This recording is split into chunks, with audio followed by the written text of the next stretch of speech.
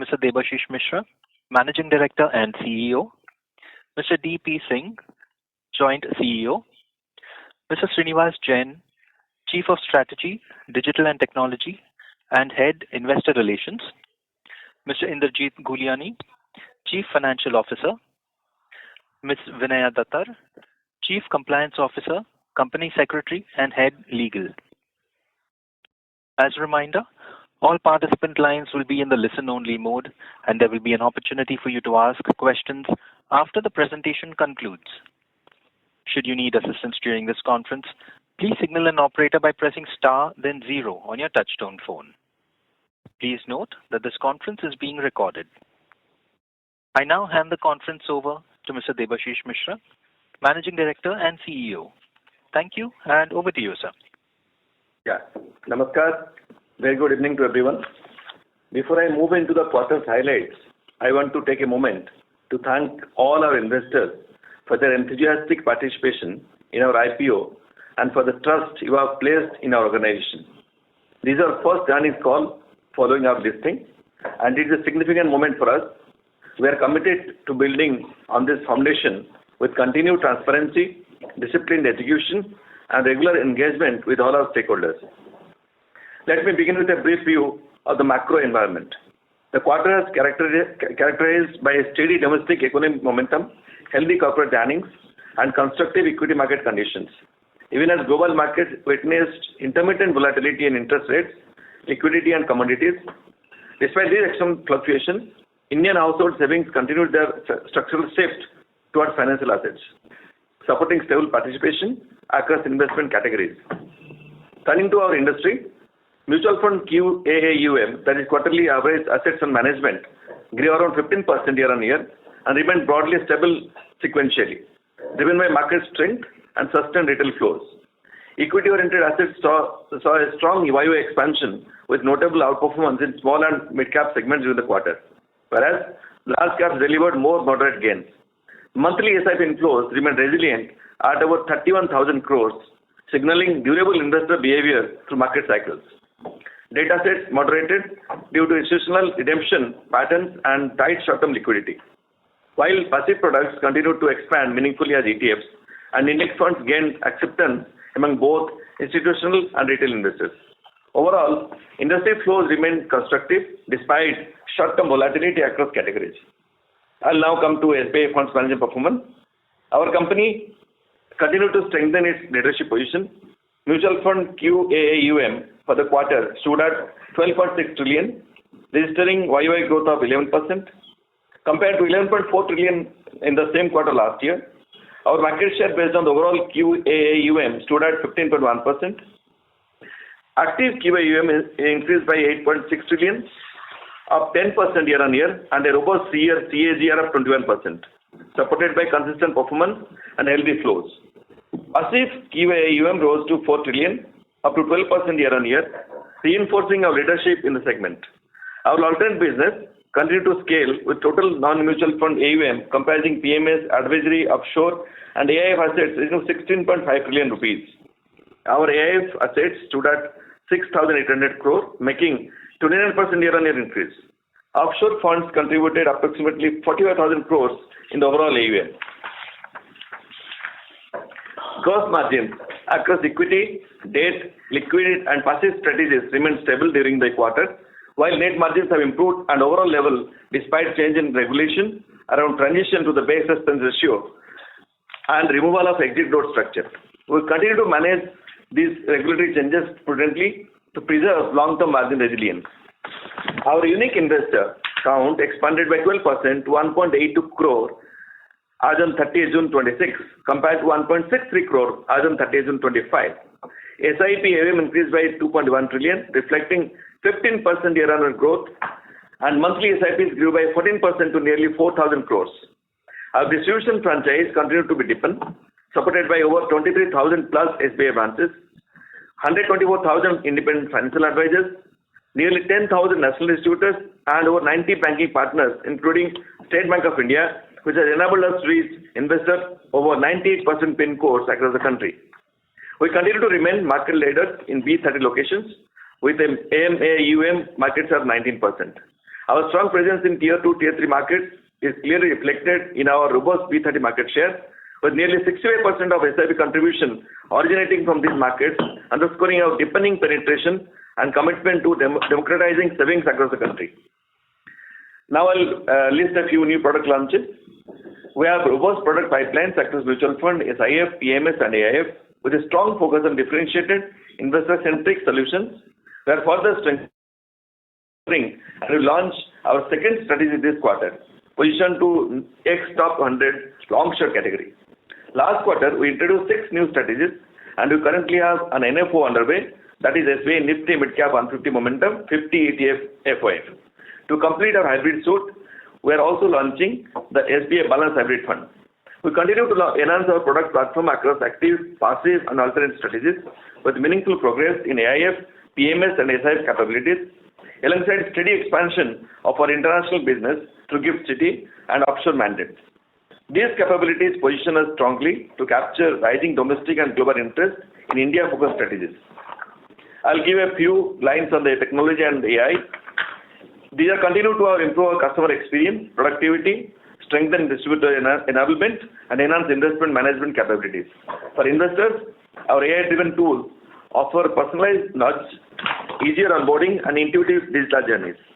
As a success of AI in our Invest app, Next mobile app now, about 50,000 distributors now use our partner app and portal for advanced analytics, real-time reporting and customer insights also. Around 94% of the investor transactions are processed digitally through our secure hybrid cloud infrastructure.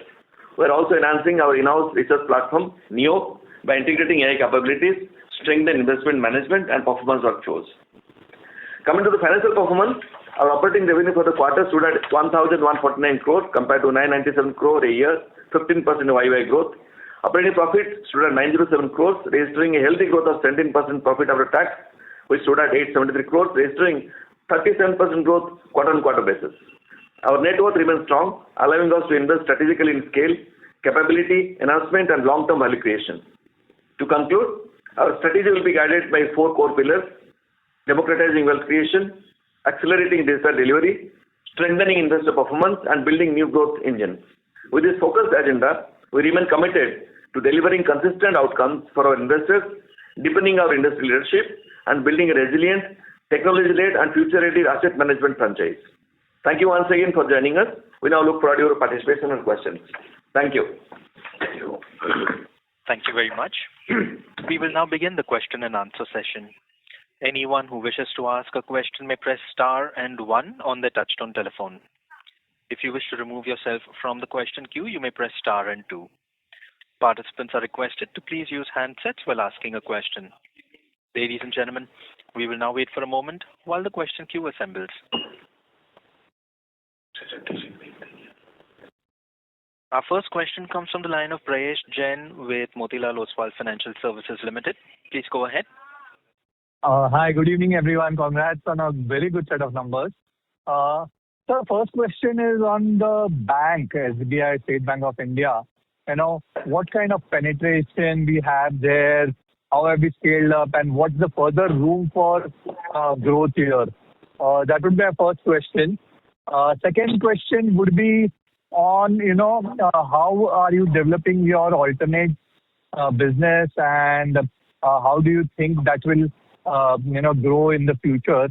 And third question would be, you've done phenomenally well on the cost front, where your yields are, the cost, the basis points of AUM is significantly lower, in spite of the fact that we have a significant portion coming in from the ETF fees and even that too of ETF or AUM. In spite of that, we have a very good cost as a basis points of. So what's the view there? How do we do that, and how should we think about this for the future? Those would be my 3 questions. Thank you so much, sir. Yeah, I think on the SBI side, you can answer. So, SBI penetration, as you asked rightly, it is our largest distribution franchise. And we have now, with YONO, with around 12 crore customers in our reach, and who have been regularly engaging with us.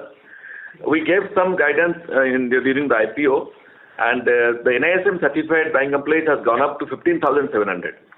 and we are now available at 98.2% pin codes, and that is only through SBI's franchisee. And SBI has been supporting us in distribution network, reach, and more so in tier 2, tier 3 cities, where market share is very good. Thank you. I think on the question on alternatives, like you saw the numbers, while it's early days for us and we've just started our alternate journey very recently in terms of new business, we have grown from 5,300 crores to 6,800 crores in the last 1 year. And this is, of course, very small compared to our operation, but we have huge ambition plans to grow this particular business. We've started hiring resources now. This quarter we'll be launching one more product in that category. I think the alternative is a very large focus area for us, and we'll continue to invest, and we'll continue to update you on the progress that's there. And on the last part about the cost to income ratio, I think you've been right. We've actually done a very good job of managing costs when it comes to the operation. During the IPO, also in our roadshows, we've been talking about our cost discipline. We've actually both on QOQ and YOY, we've actually shown a very good cost management capability. And the reason clearly is in our ability to not only scale business, but also to manage cost, whether it's a question of operations or whether it's a question of optimizing our overall distribution and other models. So we continue to operate on a very tight, operating ratio. Yeah. Just a couple of follow-ups. Firstly, on the SBI YONO channel, how long have been working with the YONO channel? Is it very recent, or we've been working on it for a long time? And second follow-up was a cost, where what kind of cost growth should we think about on an annual basis in terms of employee cost and OPEX? What should we think about it from an annual perspective? Coming to SBI YONO, we have been involved from the YONO launch, which happened somewhere in December, January of 26. And it is now, like you can see your mutual fund folios, transactions, everything there, and also SIP can be created directly from YONO to the mutual fund. The two-way compatibility is already given. In fact, I must tell you, in the last IPO, around more than 2.5 lakh YONO users applied through the platform only directly, in addition to other channels. So YONO has been our major digital delivery distribution present, and we also much enlarge in future when we have KYC 2.0 coming into place. Coming to your cost and OPEX part, our major cost reduction has become a digital transaction model. As you have heard, 94% transactions are digital.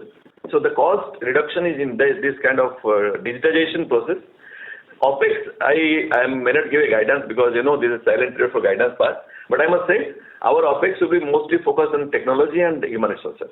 Quality of manpower, quality of the fund managers, quality of our people will be more on the focus, along with upgradation in AI, in digital and other areas. Thank you. Thank you so much, sir, and wish you all the best. Thank you. Thank you. Thank you. Our next question comes from the line of Mehak with Emkay Global. Please go ahead. Yeah, hi. Thank you for the opportunity. So I have a couple of questions. So first is on the TER impact. So with the change in the regulation, can you just help us understand if you have largely passed on the impact to the distributors, and how are you planning to take it forward? Second would be, B30 as a market remains quite underpenetrated, and of course, competition has been changing for the market share in these B30 markets. Now, in this context, you remain a market leader. So, could you just qualitatively help us understand how do you plan to maintain and sustain this market leadership, and even further increase this market leadership? That would be my two questions. Yeah. See, as far as TER is concerned, I'm very happy to inform you that we have been able to navigate this reduction in the TER in a very, very efficient manner. And that is evident from the fact that the operating profit is grown, and majority of the reduction which has happened has been passed on to the distributors in a very calibrated manner, and so that they also don't feel a pinch, and we also get the desired benefit. And the end result of the whole navigation is that we are net neutral or positive. and the passing, we didn't have any negative impact on that. So that has already been done from the month of April itself, and that is we are very confident that we'll continue to do that, because in majority of the cases the distribution channel is getting as a percentage of the TER with increase or decrease as it happens in a dynamic manner. So that's majority 70-80% business in that process. So that neither we have any impact today, nor we are likely to have any impact even if we grow from here on, which is likely to be a big number. As I was saying about the B30 market share, we lead with market share of more than 25% in B30, and 65% of the SIP contribution that comes from B30. Out of the 4,000 crores flow coming to us, more than 2,500 crores come from B30 locations. So it's very, very encouraging performance, and that is because, as I mentioned before, the distribution network of SBI, which is mostly predominantly present in B30 locations. Also, we have enlarged our mutual fund distributor network to B30 cities. We are also engaging with other agencies for investor awareness, a long-term strategy of investor awareness and about SIPs, about mutual fund, about investments, regularly bring to the B30 locations. If I give a percentage, that our B30 market share 19%, 20%, but 60% of the customer mix is from B30. Although they contribute 44% of the amount, but then the number of SIPs coming from B30 is around 60%. And new customer addition is also majorly from B30. Yeah. Thank you. Got it, sir. Thank you so much. Thank you. Thank you. The next question is from the line of Swarnabh Mukherjee with 360 ONE Capital. Please go ahead. Sir, thank you for the opportunity and congratulations on a great set of numbers. Sir, first question is on the operating margin. The improvement that we are seeing in the operating margin, is the pass on of TER to the distributors the only factor that has driven, or anything else to read into that? If you could highlight on that. Second is, if you could help us understand how the yields stack up between different asset classes like equity balanced, debt liquid, ETFs. If you could give us a yield breakup of that would be helpful. And thirdly, sir, also wanted to understand that on the overall revenue, if you could help us, what is the share of the revenue that is coming from mutual fund business and on the other businesses like the alternate side, if you could give some color, that would be helpful. Yeah. Lastly, sir, one more question on the SIP flows. So SIP flows, I just wanted to understand that we have seen a strong scale up over the last 1 year. However, like from March to June, the number has been, I think there has been a slight, very marginal drop. So just wanted to understand, given that I think in industry level also the numbers were relatively flattish. So would we expect to move in line with industry, or is there any levers we are pressing to gain market share there? Yes, sir. These will be my questions. Thanks. I'll take, you have got 3-4 questions. I'll take one by one. As far as TER is concerned, that linkage of TER impact and increase of the operating margin is definitely not there. We have not used the opportunity of reduction of TER to make the higher profits.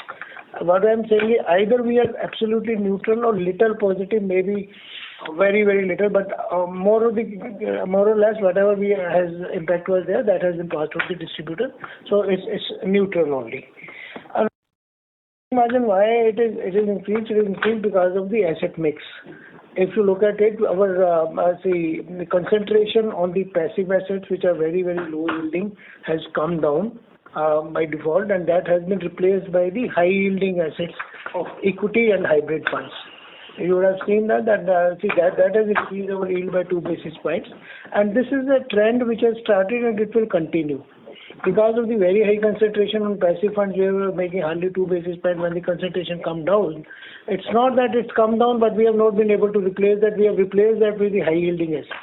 That has been a very, very good success story for us, and thereby increasing our margin on the total stock basis by 2 basis points, which is a very, very good number for this. As far as operating margin is concerned, I think the efficiencies which we have brought in is a result of that. Now, the yield stack, definitely, as you are aware, on the equity side, we are in line. We are having the yield which have been shown there is the, even on the funds like, when we talk about the arbitrage fund, which has been replacement of liquid fund. The arbitrage fund, our yield is around 30 basis points, whereas the liquid, it's around 11 basis points.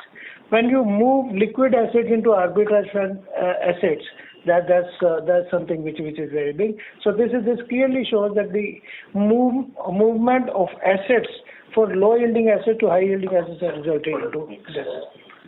Also, the equity continues to be strong at 62 basis points. 62 basis points, yeah. Last year. And one other unique thing is there has been a significant growth in gold and silver ETF. Even though we treat them as ETFs, that's actually a high margin product for us. There we make about 44-45 basis points spread. So overall, the growth has actually been higher because of the asset mix and the yield offtake that's come because of that. Now coming back to SIP question, SIP, I'll just give you one figure. Fresh SIPs added in the last quarter is 17 million by us. So the live SIP count has gone to now 16 million. 1.7 million. 1.7 million fresh have added. Live SIP have gone to 16 million. So SIP story has been a very success story for the whole country. In fact, as I mentioned before, almost 4,000 crores which was coming in the last quarter, month-wise, it's also maintained. So slightly flattish because of the the market volatility and geopolitical conditions. But we are maintaining that flow, and the number of addition in last quarter, 1.7 million, is very, very huge number for us and gives a lot of strength to believe that SIP story is really coming up. Yeah. Thank you. Understood, sir. Yeah, very helpful. Thank you so much and all the best. Thank you. Thank you. The next question is from the line of Madhukar Ladha with JP Morgan. Please go ahead. Hi, sir. Congratulations on a good set of numbers. Just most of my questions have been answered. Just on your distribution network slide, if you look at equity, SBI contributes 27% to the AUM, but when we look at it on an overall AUM, SBI's contribution increases to 58%. So I wanted to understand what is driving this phenomena, which segments is where SBI as a bank is getting us this large AUM share. If you could explain that. I think you're reading this slide a little differently, Madhukar. SBI contributes 20% of our overall AUM as a part of the distribution, but in the active equity that contributes about 35%. So that means the retail part of it, adjusted to all the passives and institutional money, SBI contributes 30%. I don't know where that 58% is the direct money. It's not SBI. Yeah, that's true. Oh, the color. Yes, sorry, the color. Yeah. No, I thought. It's the color issue, but 35 is what they contribute in when it comes to active equity. But overall equity is SBI is about 20. Overall AUM is about 20%. Understood. Thank you. Okay. Yeah, that's correct. Okay, thanks. Bye. Thank you. The next question is from the line of Lalit Mohan Dev with Equirus Securities. Please go ahead. Yeah, hi sir. Congratulations on a good set of numbers. So just one question.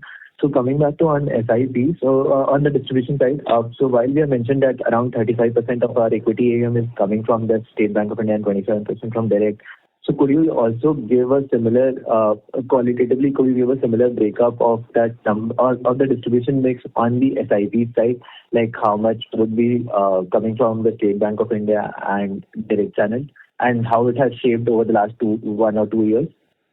Yeah. Yeah, I'll do that. See, it's same percentage. Actually, when we are saying 35%, the SIP is 33%. We are out of 4,000 crore, which has been talked about. 1,300 odd crore coming from SBI channel, and remaining 2,700 crore is coming from other channel and direct business. So that is number one, which we are talking about. So all other put together is like the same. But going forward, as the trajectory is coming, I think we have a lot of market making capabilities due to state bank activation, and this numbers will grow manifold. But our endeavor is to keep it at 35% and have the equivalent number, 35% from SB channel and remaining 65% from direct and other channel by using our digital tools, digital delivery, which is one of the main areas of our consideration to grow forward. So it will continue to remain the same percentage. Today it is 1/3, 2/3. 1/3 from SBI, 2/3 from other channel and direct business. Right on. Yes, sir. And sir, just one data keeping question. So, could you divide the revenue between mutual fund and the alternate segment? Yeah, we'll do that. See, almost 90% of the revenue, 92% is coming from the mutual fund business. And operating revenue. Operating revenue is coming from the mutual fund business only. But PMS, advisory and international is remaining 8%. But endeavor is to increase it further by increasing both sides. We want to have, this number is, as was discussed earlier. So on the top line, we are very high, but it's a low remunerative business majority, but we are getting into the high revenue of, AIF and PMS products going forward. And that is the point. But as of now, this percentage is what I have explained. Thank you. Sure, sir. Yeah, thank you, sir. Thank you. The next question is from the line of Sanju Murliwala, an individual investor. Please go ahead. Congratulations for your IQ and good set of numbers. I just want to ask what are the positive and negative for this quarter for the company? Sanjeev ji, क्योंकि आज result declare हुआ है and so we are in more or less a silent period for guidance. But as you have seen, the most positive factor of last quarter would be our SIP and AUM growth. Despite volatility, our SIP AUM grown by 15% year on year, and SIP flow also is 14 to 15%. And as I told you, we have added more than 1.6 million, like 16 lakh new SIPs last quarter. So these figures indicate that future, or maybe it will continue as a constant flow. Yeah, I think very clearly we built a very strong franchise. It shows off even during volatile period that we are able to pull off a decent set of numbers. Okay, thank you, sir. Thank you. Thank you. The next question is from the line of Nimish, an individual investor. Please go ahead. Hello, sir. Congratulations for a great set of numbers. Sir, I wanted to know how much are you projecting the QAUM growth this year? Mr. Nimish, although we could have told you better, but being the silent period, I mean, result declared today, any guidance we may not give you now. But the history of the last quarter growth of 17% is what you can note down for today. Yeah. And see, the future case, yeah. Thank you. Yes. Thank you, Nimish ji. Thank you very much. Thank you. The next question is from the line of Shreyas Pimple with Nomura. Please go ahead. Hello. Thank you so much for the opportunity, sir, and congrats on a good set of numbers. I wanted to understand the employee expense year on year has dropped down by 1% in Q1.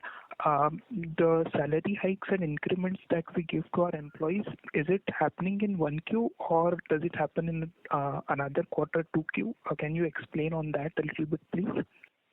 Yeah. So, employee expenses and all have been always based on the different guidelines coming up. So, we have fully implemented the new set of labor codes coming into action, and that has a kind of impact on the whole cost. But it is not something which first quarter is like a little subdued, but our training expenses will come in second, third quarter, you're right. but it's not something unusual. We'll be continuing our cost to income ratio in this margin. Just to add, I think this is largely to do with some labor cost, new labor code adjustment, implementation adjustments. Yeah, but employee benefit, there is absolutely no change in any. We have not made any changes to our. No changes. Sure, sir. And on the ESOP cost, if you can explain if we have any ESOP plan that is going on, and if it comes up, how much will be the ESOP cost for the year FY27? So we have a board-approved ESOP policy, and that is what we follow every year. And it's basically internal to the organization, and the standard policies will be followed. And it is in line with the industry, and we have a Yes, SEBI guidelines are followed. But I can't give you details now. Maybe one-to-one we can discuss with you, but not in this forum. No, we will. Once any details are available at public, we'll announce it. Thank you. Sure, sir. And the last question was on flow share versus AUM share for the company. In Q1, what has been the trend of flows versus AUM share, if you can highlight, please? So those were my questions. Thank you so much. The flow share is continues to be in double digit, which was there when we have positioned ourselves as house of hybrids, and in the volatile times, the hybrid funds definitely get the higher share. So we are happy to note that the flows are more or less in line with our market share. And market share is always dependent on two factors. One is net sales, which we get, and second is the mark to market. And we are very happy that the turnaround has happened. The mark to market has also improved. So overall, we are in line with the market share. It's around 12%, which is there. And different categories is different, but yes, we are overall we are in line with our market. So and AUM are absolutely aligned. Understood, sir. Thank you so much, and best of luck for the next quarter. Thank you very much. So yes. Thank you. The next question is from the line of Anuj Kashyap with A3 Capital. Please go ahead. Hello, I'm audible. Yeah, please go ahead. Sir, in percentage terms, do you can tell us the number of how many accounts, like on the equity side, how many accounts is like 3 years old or 5 years old percentage terms? We don't publish that data. It's internal to us. Maybe once we do, we can do it openly for everybody. Right now, we don't publish that data. Okay, sir. And sir, the AIS and PMS business is margin accretive than the equity. I'm right on that? It's more margin accretive than the equity side. That's right. This is more selective, and we can earn more money on that. That is for sure. But this is always we deal with our partners, and we do it in a very partnership spirit. Where yes, it's better than this. The regulations are little more easy in this, but yes, overall you can say yes, it is more attractive than yes. And the. Sir, one last one, sir. So there was a recent article by the SEBI like pondering on to enter the PMS through mutual fund side for the 25 lakh rupees funds. So what is the take on it?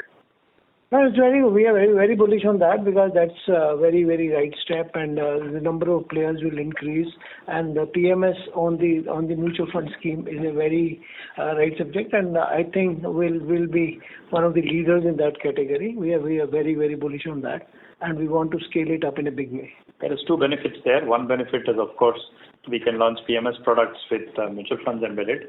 Two, of course, we expect a lot of PMS products to have our mutual funds as part of their portfolio. So it's actually a double accretive for us. Thank you, sir. Best of luck for the future and for the great set of numbers. Thank you. Thank you, Anuj. Thank you very much. Thank you.